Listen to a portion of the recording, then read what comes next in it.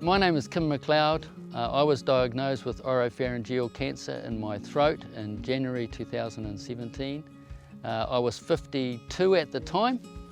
I had cancer in my tonsil, my tongue base and in one of my lymph nodes. So I was a partner in a big law firm in Auckland, so I had a busy working life, and that stopped, just like that. I had an 11-hour operation at Mersey Ascot Hospital where they cut my neck open to remove the cancer from my tonsils, my lymph nodes and the base of my tongue. You can see the scars on my arm and what they call the flap.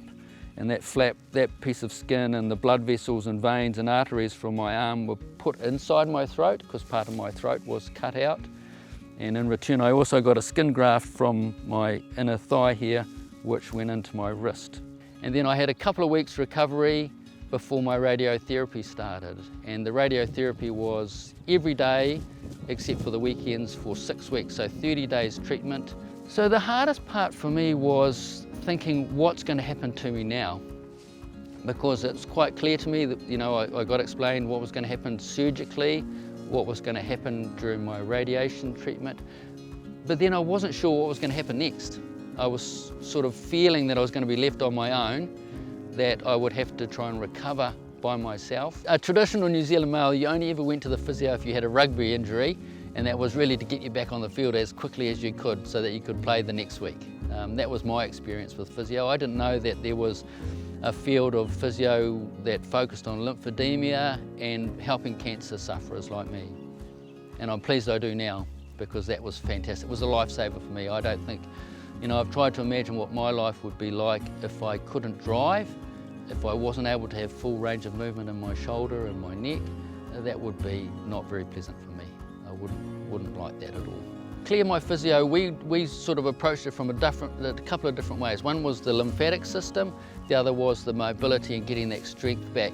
So initially she gave me a range of exercises as well, sort of before we did the massaging on my neck, to increase the movement in my shoulder blade, my shoulder and my neck obviously.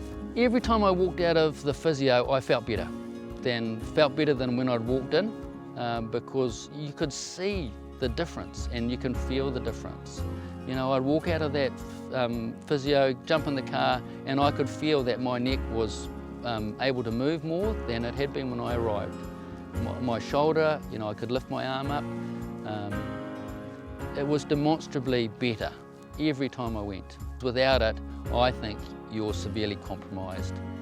It's so simple, it's easy. There's not much involved in going to see a physio, and they know what they're doing, and you'll get that sort of movement back and you'll get your life back, and without it you won't.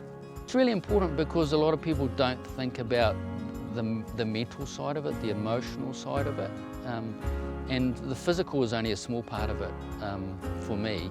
But knowing that I was getting better, that I was able to do what I used to do before, that was really important, both emotionally and mentally.